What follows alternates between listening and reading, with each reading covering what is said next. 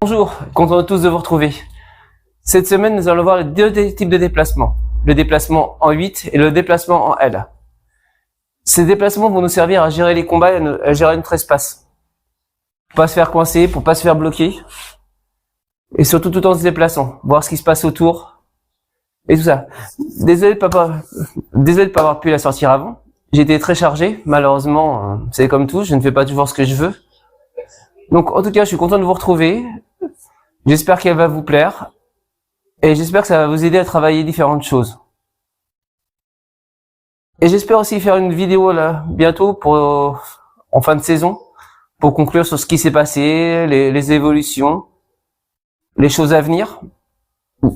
Mais ça sera un peu plus du blabla entre nous. Donc, mais à part ça, bon, on attaque ça.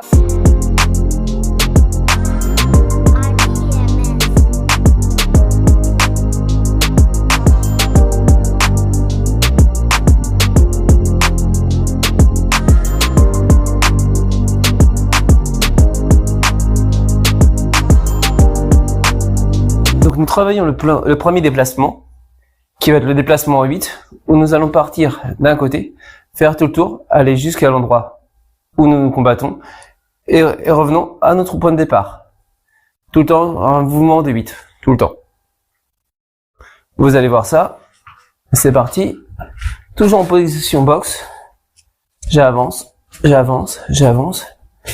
Je vais reculer derrière le deuxième plot. Hop là, toujours. Et je reviens.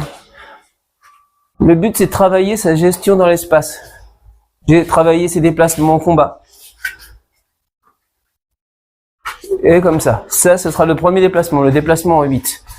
Où nous venons tout le temps, voilà, comme ça. Vous pouvez rajouter frappe. Et vous repartez. Juste pour gérer le combat et l'espace. Toujours travailler votre zone.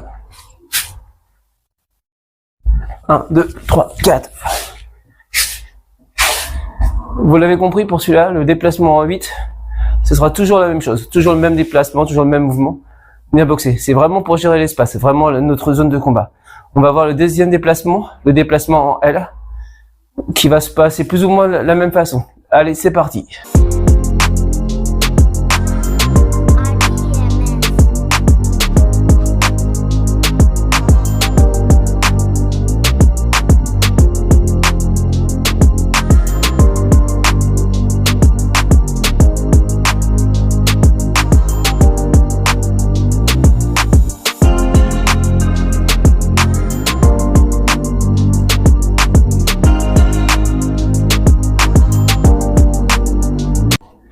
Donc ce coup-ci, nous allons faire le déplacement en L qui est un petit peu différent.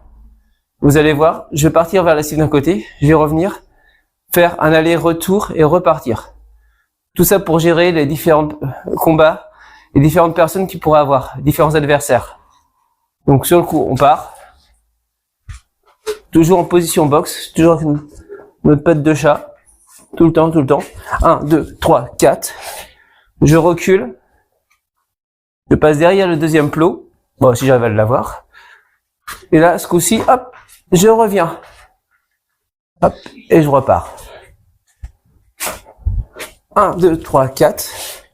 Je repars. Et hop. Un petit peu le tapis qui gêne. Hop, et je reviens. Bon, si quand je me prends pas dans le tapis, les pieds dans le tapis, c'est mieux. Et je repars. Le but étant de gérer toujours notre espace. Hop, et je reviens. C'est un peu mieux quand on a un peu plus de place, mais bon.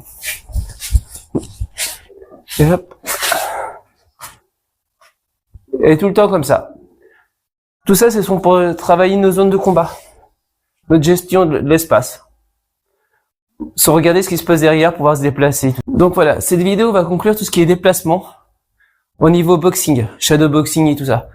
Pour vraiment gérer son espace, son déplacement dans l'espace. Il faut savoir que c'est essentiel de pouvoir gérer plusieurs adversaires, pouvoir se déplacer, pas se faire coincer dans les cordes ni dans les coins.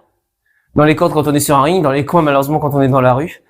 Pouvoir gérer les différentes personnes qui sont autour, voir ce qui se passe autour, la vue périphérique. Tous ces mouvements sont faits pour détravailler cette chose. Donc, dites-moi dans les commentaires si ça vous a plu ou pas. S'il y a d'autres choses que vous voulez voir. Allez, je vous embrasse. À plus!